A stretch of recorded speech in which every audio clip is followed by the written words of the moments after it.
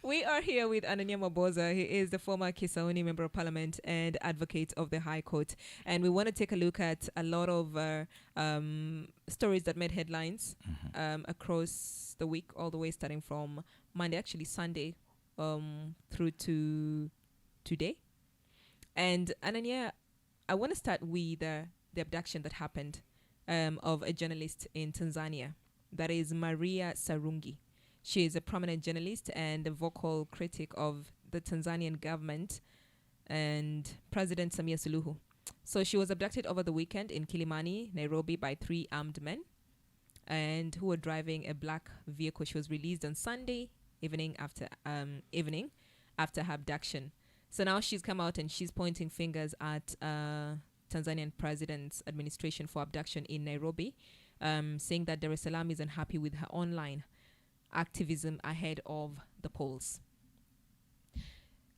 This is not the first time we're seeing somebody get abducted in Kenya. Not just somebody, someone who's not a Kenyan citizen. Yes.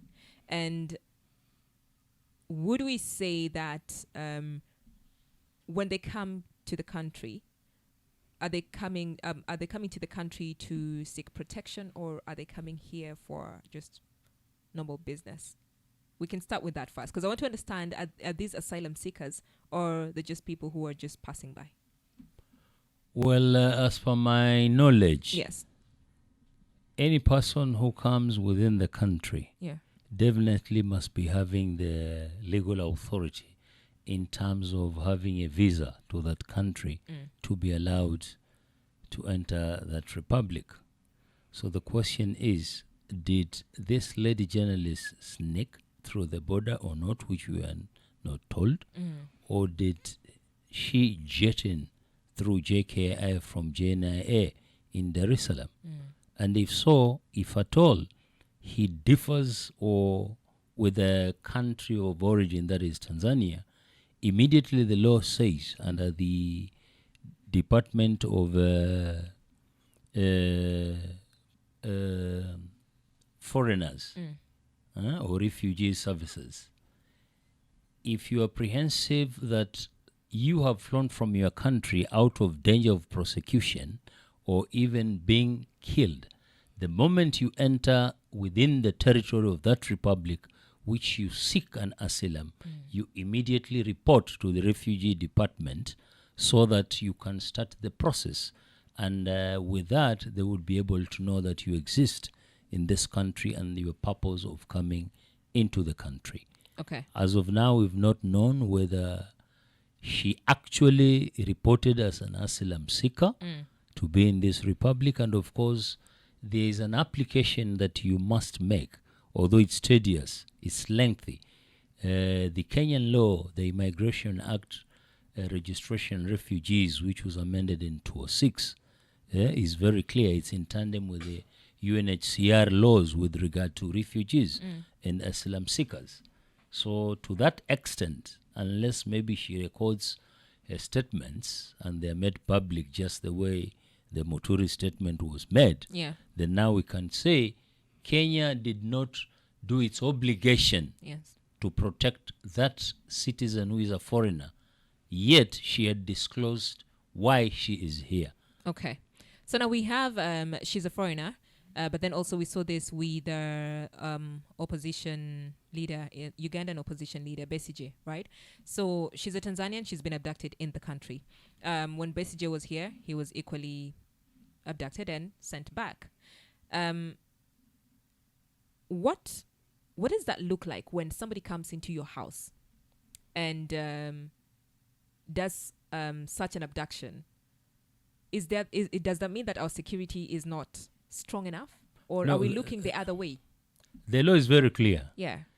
It is your right to seek asylum in any country, but it's not the right of the government to give you that asylum unless you prove some issues. And it's not an outright obligation of the government to grant you the asylum or refugee status. That one must be made clear. With Besigye's case, he came here lawfully. Yes. And in fact, it was announced even in the media, print and electronic, that was coming to preside over ABC of Karua. So it was well known, of which it means that the Republic of Kenya knew he came just like any other visitor on this purpose. The question is, for example, today if you cross to Tanzania, the moment you cross Horohoro here, you get a report or information from the embassy in Dar es Salaam. It says, welcome to Dar es Salaam. It is important that you come and register yourself and the purpose for which you have entered Tanzania. Okay. So I believe even the systems of Uganda, because it is one border cross point, whereby you, after crossing, you are captured. I believe even the authorities here in Uganda knew about the ambassador of Uganda. But then we didn't hear them make any adverse statements as concerns PCJ. Okay. So from there now, we say, who are these abductors? If the Ugandan authorities, through the digital system, they were able to detect, and they never brought any fuss. So who are these abductors? Did they sneak into this country? Was it an arrangement of Yoweri Museveni's government? Or was it in conjunction with the Kenyan authorities? That's a question which is still in limbo. Okay. So are we setting a precedence where other foreigners, are we setting a precedence where foreigners can come into the country and they also get to, they get abducted? That's just it. No, you see, that's why we have foreign missions. Yeah. If you lose your passport, or maybe you have indicated by any authorities within the country you are in, or your human rights abuses are done against you, the first place you report to your embassy, the nearest, or the consular office, if the embassy is very far. And then you make the formal report within the laws of that country, the nearest police station possible. And then from there it will be picked up. Because you cannot betrayal a person of the caliber of BCJ with his personal security to be unaware that you are being tracked. Even me, Mwaboza, as a simple man, I can know there are certain vehicles following me. And immediately, if I'm within Central Police, I just drive into Central Police and sit first before taking any action. You see? So we cannot solely say that this responsibility is of the Kenyan government intelligence or security forces. So, but if they are reported, yes, they need to take action. Okay. That's a fact. Mheshimiwa Anania, kuna mashaka hapa.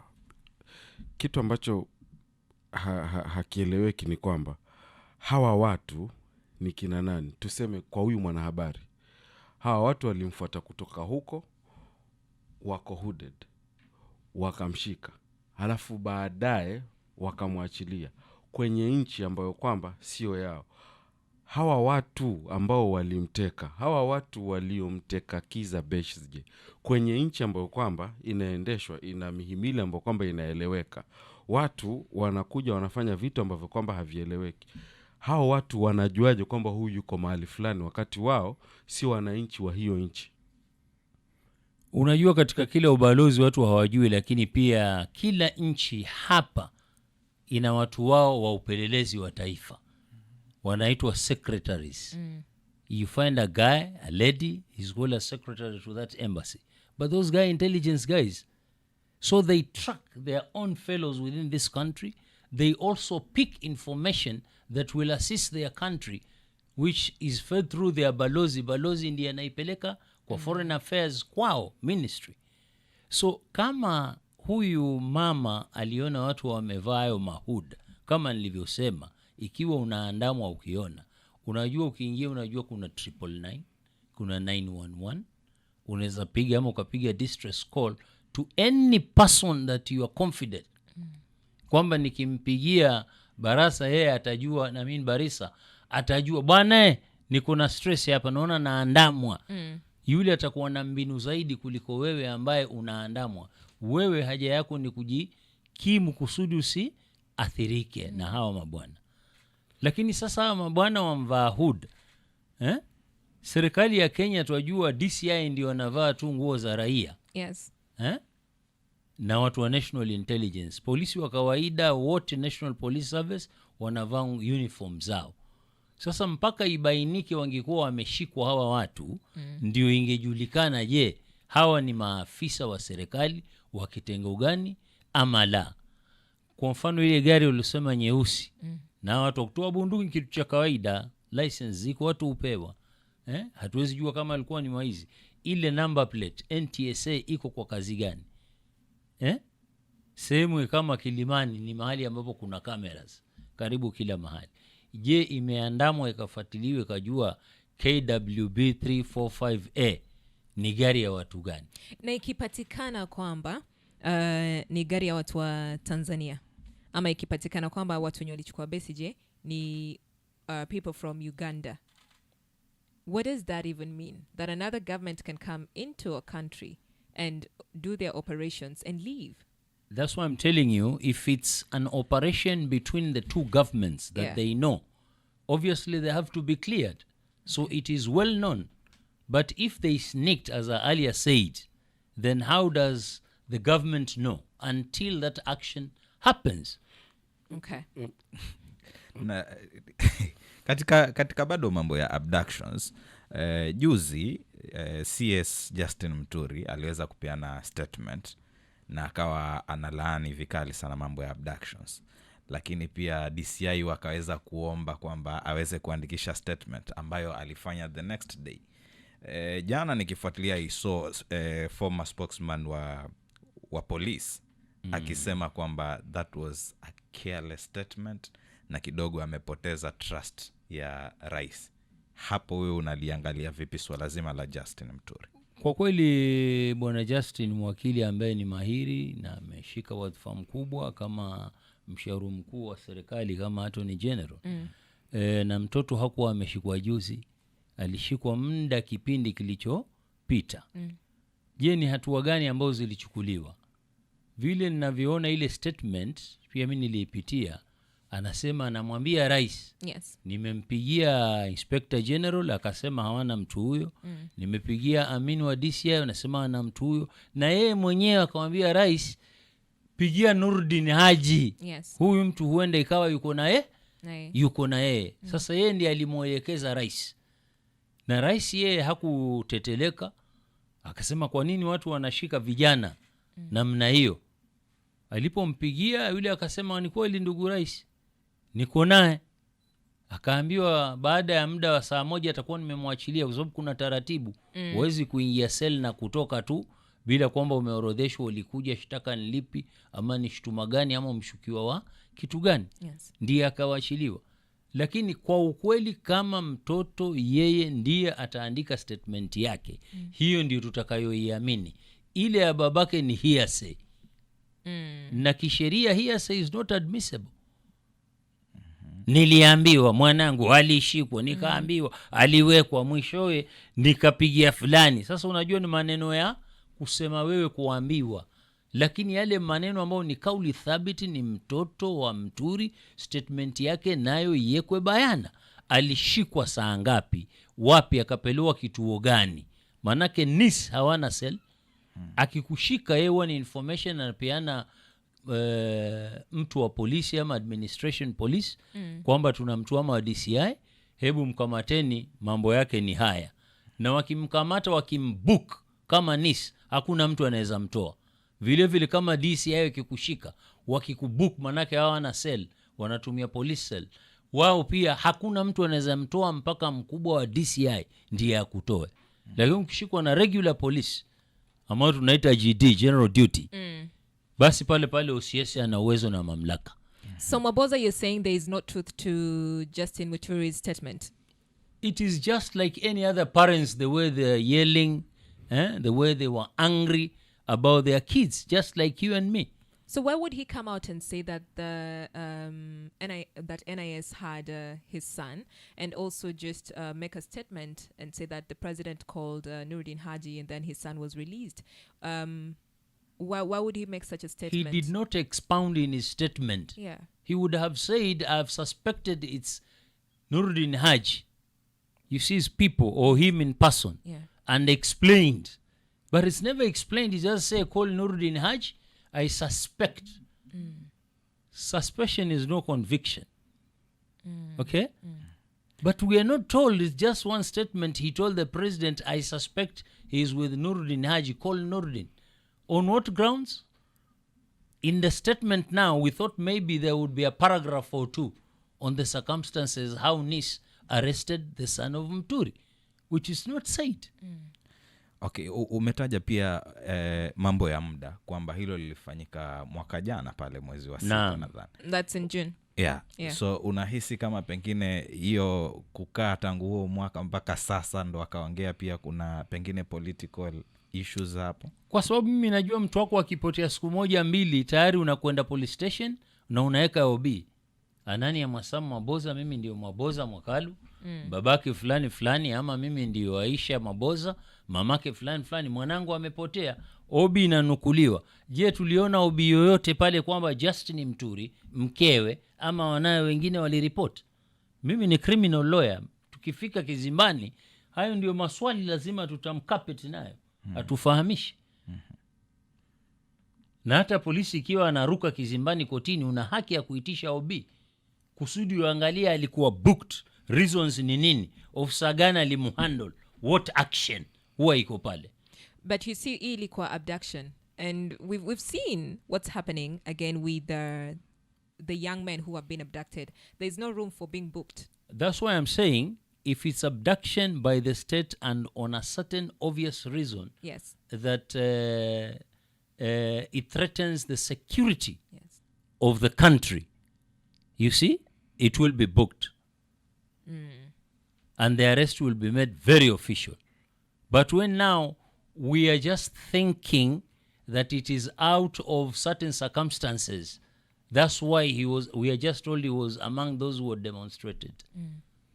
But he was not alone. They were a group. You see? Which was this group? Those would be witnesses to the kid of Muturi, which we need to know. In fact, as a government, they should proceed with this matter critically, so that we know whether the abductors actually is it the state or not. And abduction, it's either by use of force or violence, or abduction by persuasion, you defrauding you that I want to take you here and here, you are looking for a job. They entice you, and then they abduct you. From an advocate's And perspective. an abduction by any other person, Yeah. they won't take you to police. This person will have not been told whether he was taken to police. So there's abduction for gainful purpose. Abduct your daughter, your son, and I will contact you, I'll call you. I need to be paid, I've abducted so and so. Of all these who have been abducted, that scenario has never occurred. So who are these? And if it's the state they abduct you, definitely they must book you somewhere. Because it's contrary to the Constitution, it's contrary to the Penal Code, it's contrary to the Criminal Procedure Code. Because they are cognizable offenses and non-cognizable. Cognizable are those that maybe you need to write a letter. Yes. It's a petty offense that we need you to police station to help us in information on account of ABCD. Huh? Okay. You say you read the statement that Muturi recorded with the DCI. Yep. Are you also saying that everything in that statement is wrong? I'm not saying everything is wrong. What- He was just accounting the circumstances as to why and when he got the kid released. Okay. And remember, there's one thing here I have to mention. There's the National Security Council, where all security agents, top agents of the police, the IG, DCI, NIS, and other military as well, sit chaired by the president.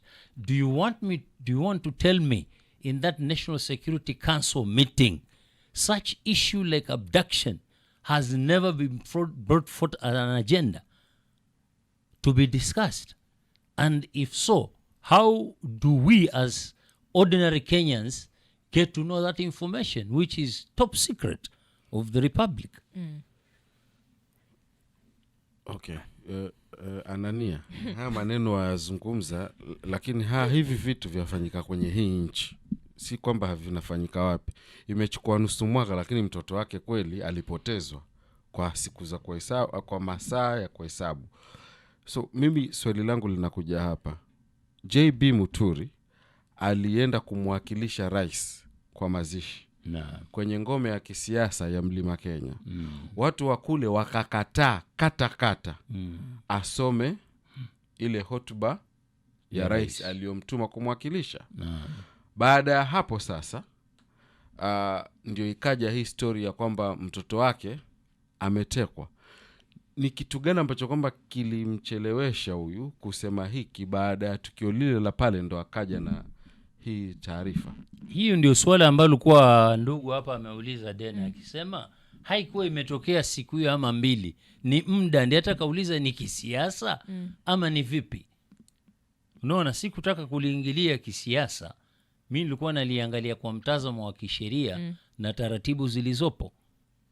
Sasa nikisema licha ya huyu mtoto wa Mturi, hata wale wengine, kwa mfano yule wa Ukambani jana alisema niliwekwa katika chumba cha giza, nilikuwa nanyimwa chakula, nilivuliwa nguo, nikawa nachapwa, lakini hakusema na kina nani. Hawajui, Anania. They don't know. Anania, when somebody comes. Sasa mimi ni mtu wa hapa Mombasa ama ni mtu wa Kenya? Yes. Ukiniteka tu mara moja, si mimi ni mzoefu wa Mombasa? Yes. Hata ukinifunga tuaita kizuzu sisi kikwetu. Yaani kuzibwa macho. Lakini mimi najua bridge, ukinipitisha kutoka Nyali tu kama bridge, najua hapa ni bridge. Ukishachukua straight 200 meters najua niko lights 77. Ukipiga right najua hapa sasa nimeshika njia kuu ya Nairobi. Lakini kijiji ambacho hukijui pengine ndio unaweza kusema walinyaka na sikuelewa nilipelekwa wapi. Tusidanganyane. I think this the young sasa people. Sisi tunataka wao vijana wajitolee kimasomaso wazungumze. No, they have been speaking Kina up. Odinga walishikwa na akasema tulikuwa Nyayo Chambers torture house na nilifanywa hivi na hivi na hivi. But now, Kapenguria 6 waliposhikwa na mkoloni walisema tulipelekwa Kapenguria na tulifanywa hivi na hivi. Wanaogopa nini? Anania, Walifanywa nini? Kwa nini wanaogopa? Remember, I like the fact that wanasema alinyolewa. Ngoja, walinyolewa pia. Walinyolewa. Hawa watu Ndio kubwa waliosema. Wacha kwanza. Hawapendi Mwaboza. Odinga said, he said that back then through the abduction walikuwa wanachukuliwa wanapelekwa Nyayo House. And he said that at least walikuwa wanajua penye wanapelekwa. Wanapelekwa Nyayo House. There used to be a specific place. Now in this case, this young man, when they're taken, and I'll take it back to the Kitengela brothers, walichukuliwa wakapelekwa a certain place and they were there for 32 days. And they're speaking up because if you watch that interview, wanasema wenye waliwachukua, and they're talking about the fact that their faces were covered, but then they had guns and they had all this is it equipments, for lack of a better word. 32 days.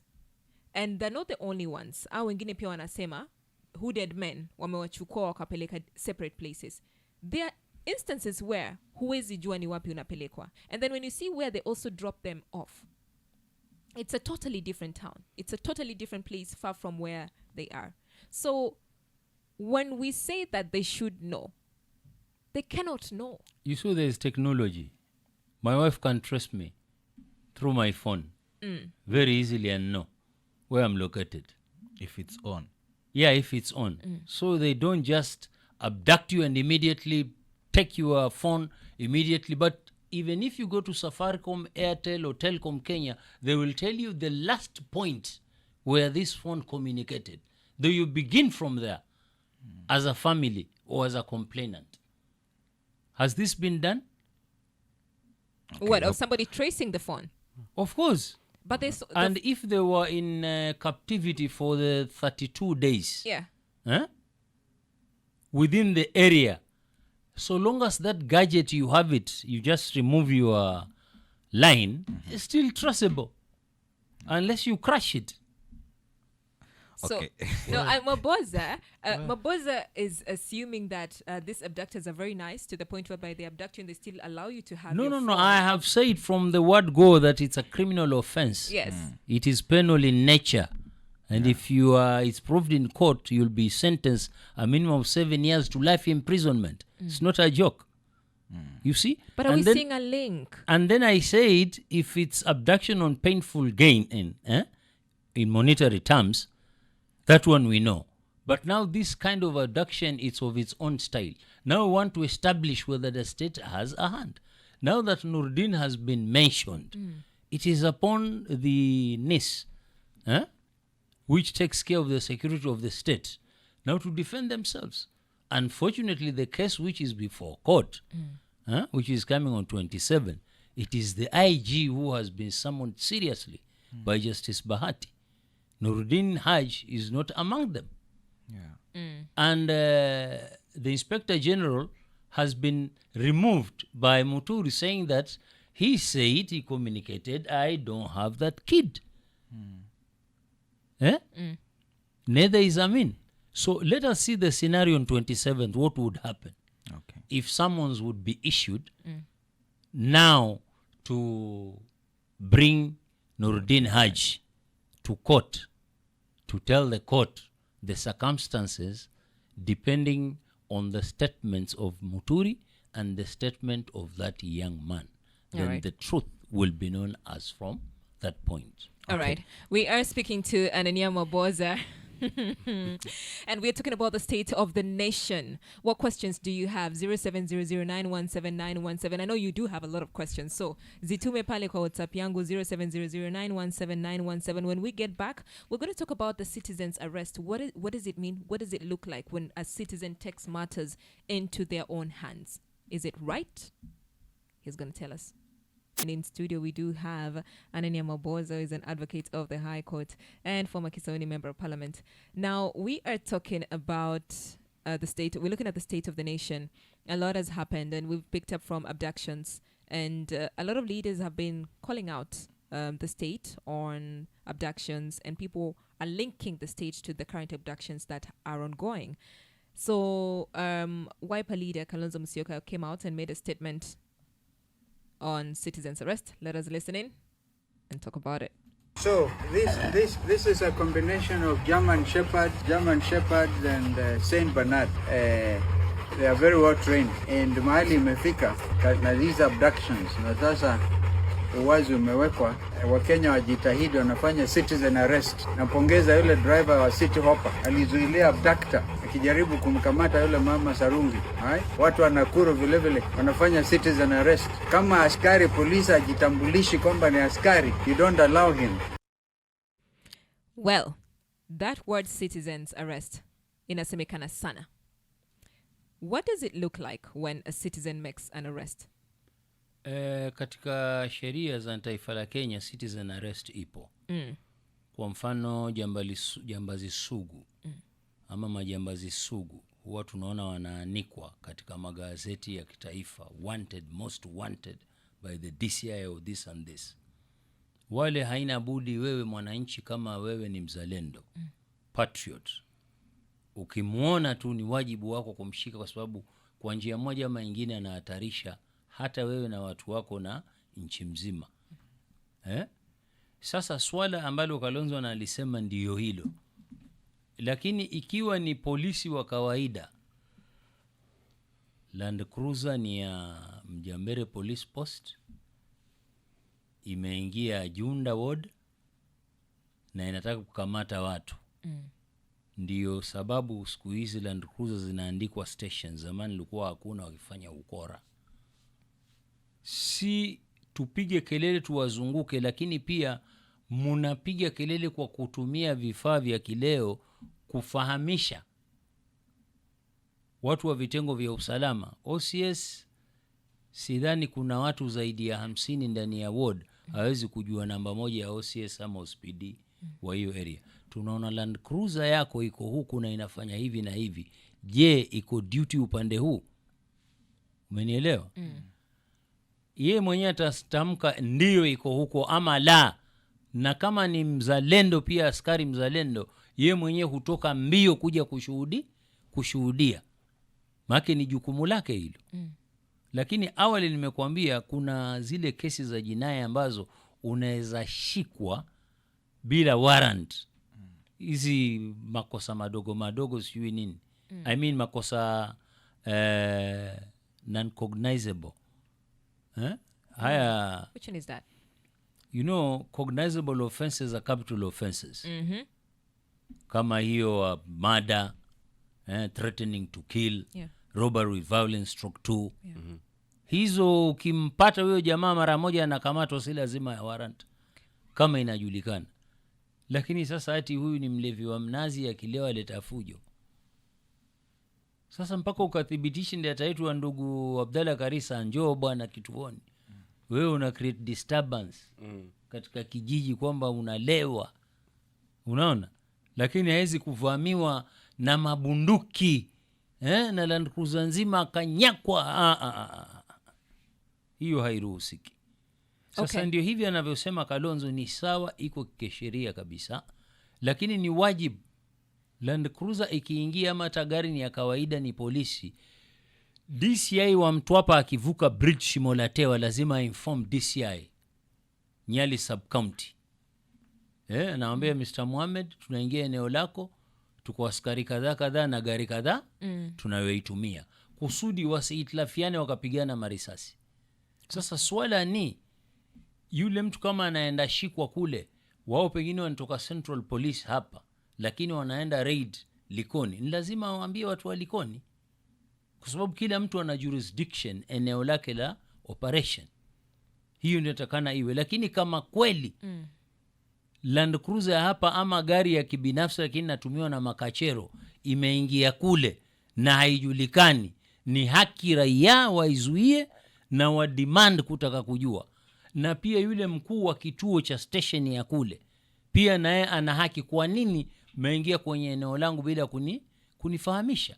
So he's also the reason he was also making that statement, it's because when Gona gets abducted, tunamwona pale ameenda pale chini akachukuliwa mbio, right? So when he says he's saying when you see such a thing happen, as a citizen you have a right to question and say mnampeleka wapi. There's a video that there's a policeman who was frustrating a young man, and there's a lady who was taking a video akasema, why are you beating him, why are you doing this, right? So anasema because of the abductions, because now the government is also saying we do not know nani ana abduct watu, atujui nani anachukua watu. So nione pale kuna mtu anachukua Mwaboza, tuanze kupiga kelele we block the road. When it comes to abductions, and let's say now the citizens decide that now we're going to take matters into our own hands, how would that look like? That is unlawful, because now the police will not be able to execute their duties. Kama yule wajuzi kule sijui ni wapi hapa Kirinyaga, yule kamba ni jambazi kabisa, anatakana kwa robbery with violence. Lakini ile umati ulivyokuja kutaka kushika wale askari na kuuliza haukuwa wa kawaida, mpaka chief wale wakajitambulisha, walijua huyu ni chief, sisi ni askari na tuamtafuta mtu fulani kwa mithili fulani, sisi si abductors. Sasa askari leo kwa mfano Likoni vile vijana wanaua watu na mapanga, tuseme waanze kuingia kule na wananchi wa Likoni wenyewe wanaoathirika waanze kushika polisi kiasi kile, niambie hii taifa litakwenda vipi? Kisauni, Korogosho huko slums, Kibira, name them, Bahati huko Manakuru, huko Kisumu, Makondele, mawapi, hii nchi itakwenda namna gani kama polisi haiwezi kufanya kazi yake? Kwa hiyo lazima tuwe na vipimo. Pengine kwa sasa wakai chini administratively kiutawala, askari waambiwe hata kama mnaenda mahali hakuna police post, mjuze assistant chief kwamba sisi ni askari, tunakuja, tutakuwa eneo lako ni bla bla bla, ambayo itakuwa ni ufasaha zaidi, kutakuwa na law and order. Yule assistant chief yuko na nyumba 10, yuko na wazee wa mitaa na wa magogo, atawaita mara moja kwa security meeting, kuna ABCD itatokea. Ikitokea kwenye nyumba zako 10 mathalan, basi juani wa watu nifahamishe mara moja. Mwaboza, unajua tatizo ambalo kwamba limejitokeza hapa ni kwamba watu wanapotezwa kwa jina la watu wasiojulikana, maafisa wa usalama wanaotakana kuimarisha usalama kwa huyu mwananchi wanaonekana hawafanyi kazi yao inavyohitajika. Sasa watu wanaona kwamba ni bora mimi bwana nikajilinda mimi, kwa sababu mtu kama anakuja anachukuliwa kwa kinyozi, anachukuliwa anarushwa kwenye gari na watu wanapotea, wanakaa wiki 2 wiki 3, wengine hizo siku 32 ambazo zimehesabika. Na maafisa wa usalama ukiwauliza, sisi hatujui. DCI ukiwauliza, hata sisi hatujui, tunashangaa kama nyinyi. So nyinyi kazi yenu hamuijui. Sasa bora tufanye kazi wenyewe. Ni kwamba imani imepotea. Sasa ndio hapo kupoteza imani, unajua ni hatari kubwa sana, hasara. Na kwa hiyo kama nilivyosema awali, manake kumepinpointiwa mtu mkubwa wa kitengo cha serikali kuhusu usalama wa taifa. Haya mambo yote yatajulikana kwa sababu askari wako wakitoka unajua nani na nani yuko wapi na wapi. Kwa hiyo Nuruddin atatufahamisha ni askari wapi walikwenda kumshika yule, na iko katika vitabu vyao vile vya kufanya kazi. Ukiingia umecheck-in, na kama umepewa operation wapi iko, kama umepatiwa bunduki lazima firearms register, movement register ile usign, nimechukua bunduki aina fulani na risasi fulani, naenda operation mahali fulani. Hizi zote ndio zitatuonyesha wazi serikali imehusika ama serikali haikuhusika. Ni kama vile risasi ikipigwa, ganda lake linachukuliwa linapelekwa kwa ballistic experts. Linatazamwa, je, hii ni silaha ya serikali ama ni ya mtu binafsi? Na kama ni mtu binafsi, je, akona license ya kuoperate firearms?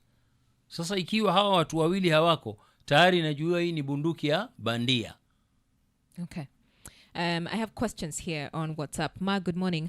Anasema, it is said that, a question to Mr. Anania, it is said that once in an accident, twice, once is an accident, twice is a coincidence, and thrice is a pattern. We first heard Gachagua after the court verdict on his impeachment claiming that NIS was involved in his alleged poisoning attempt. Now Muturi is pointing a finger at the agency, and in both cases the allegations happen way after the alleged acts. What does Mr. Anania make of this? Doesn't he think it's a classical case of proverbial, in quotes, straw that broke the camel's back? Well, I can very well understand what that guy is trying to say, whether he or she, you see? And it's put out very clearly. Yeah. Allegation of being poisoned, and that I know it was in Kisumu. Yeah. And it took time. Were there no sleuths at Kisumu? Until when this demise happened, that he was impeached. As my brother here, Dana, said, is it political? To mend fences or to tarnish the government in back picture of certain people within the government? So as well, Muturi's case, similar to that one. But the very genuine ones are those like the ones at Ngong Hills. The parents went and reported, and there was an OB, and the OCS said, I am finding out what happened to other stations, then I'll give you a feedback. And he could not give a feedback as to where these people were. But the parents had suspected it must be state agencies, security agencies, that abducted their kid. So that is the best case scenario of the Ngong Hill police station that was reported. Okay. With what Ma is saying, that the former deputy president alluded to the fact that NIS could have been involved in that, and then Muturi is now also bringing up NIS. This is the second time. Are we trying to say that it's just political, or could there be some truth to it? You see, I've worked with government. Yeah. And I've been in government. And once in it, the first school you are taking when you begin a high position in government, you must be taken to the NIS training school. You'll undergo all those chapters, but the final chapter is even you wherever you are, you've been bestowed with that authority. But if you are a threat to state security, it is us who will deal with you. Even your wife is not part of the state. You should not share any secrets with her. That will be a big offense. You get me? Yeah. So in any wing, even you people here at the radio station, you have guys here who are taking reports. That one I can assure you. And you are not aware. That one I can 100% assure you. They are here. But you don't know, my dear. So do you want to tell me that in that high office as a deputy president, they was not aware? No. For those ones are aware. You'll find a floor or an office. Yeah. It has no label, nothing, but you see young chaps, girls and boys in and out. What work they are doing, you don't know. So as a human being of mind, you know these are the sleuths. Yeah. They even report you because the state wants things to be done orderly. Okay. Mar continues with the question, Anasema, if it's a case of the government giving a nod to other countries to conduct covert operations on its soil to abduct people, then does this justify that the country has become the abduction capital of Africa? Not at all. I have said, once you enter this country, even your embassy knows, and I said and explained, if you take a route through the border or through the airport, immediately you get a report from your ambassador mission in that country. Please come, report to us. We are located here. They give you all the necessary contacts. In the eventuality of anything as against you, then immediately they come for your rescue. All right. And another question here. You've not given me your name. Anasema, good morning. Concerning today's topic of abductions, number one, Mwaboza seems to defend the abductions by the government. Why should Muturi go to the police to book an OB, yet he has contacts of every senior ranks people in the government, including the president?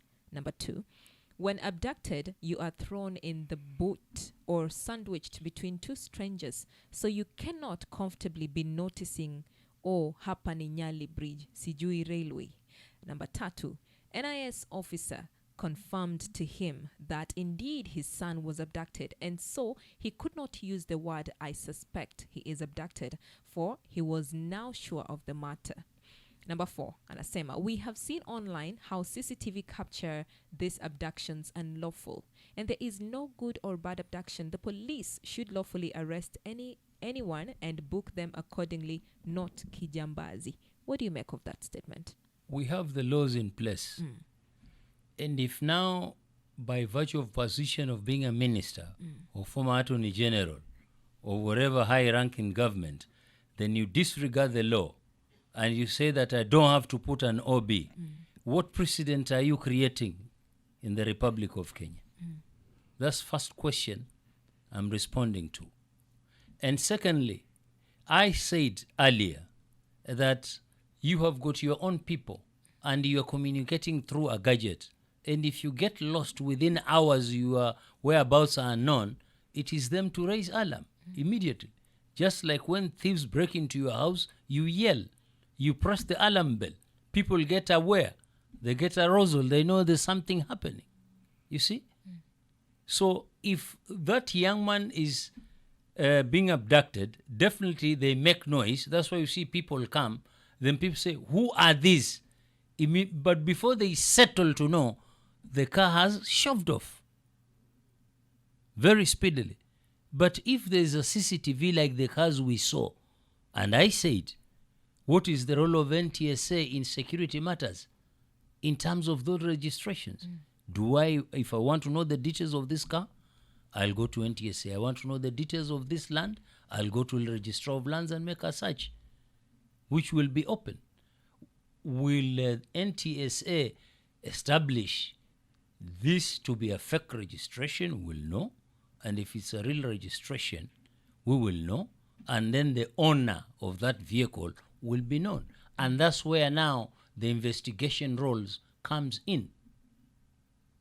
And the truth will come to bear. Okay.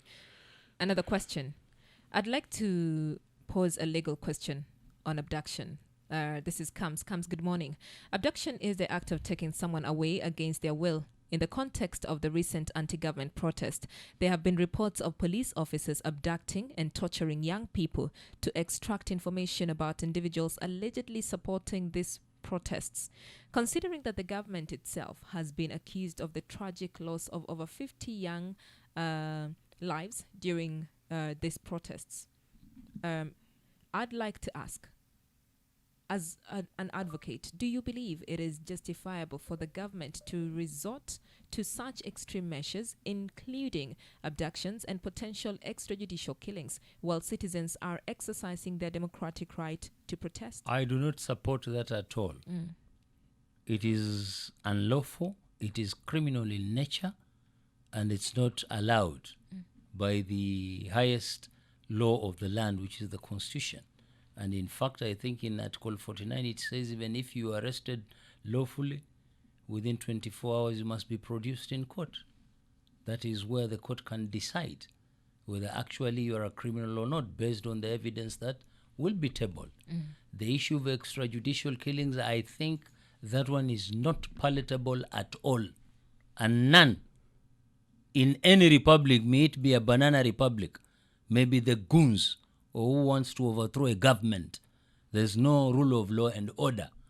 That's where it happens. But in our instant case, that must not and should not be allowed to happen. As I'm speaking now, if they hear me, the sleuths, it's a matter of national concern and interest and the security of this nation. That one has to be discussed at the highest level, being chaired by the head of state with all security agents. And then we'll get to know.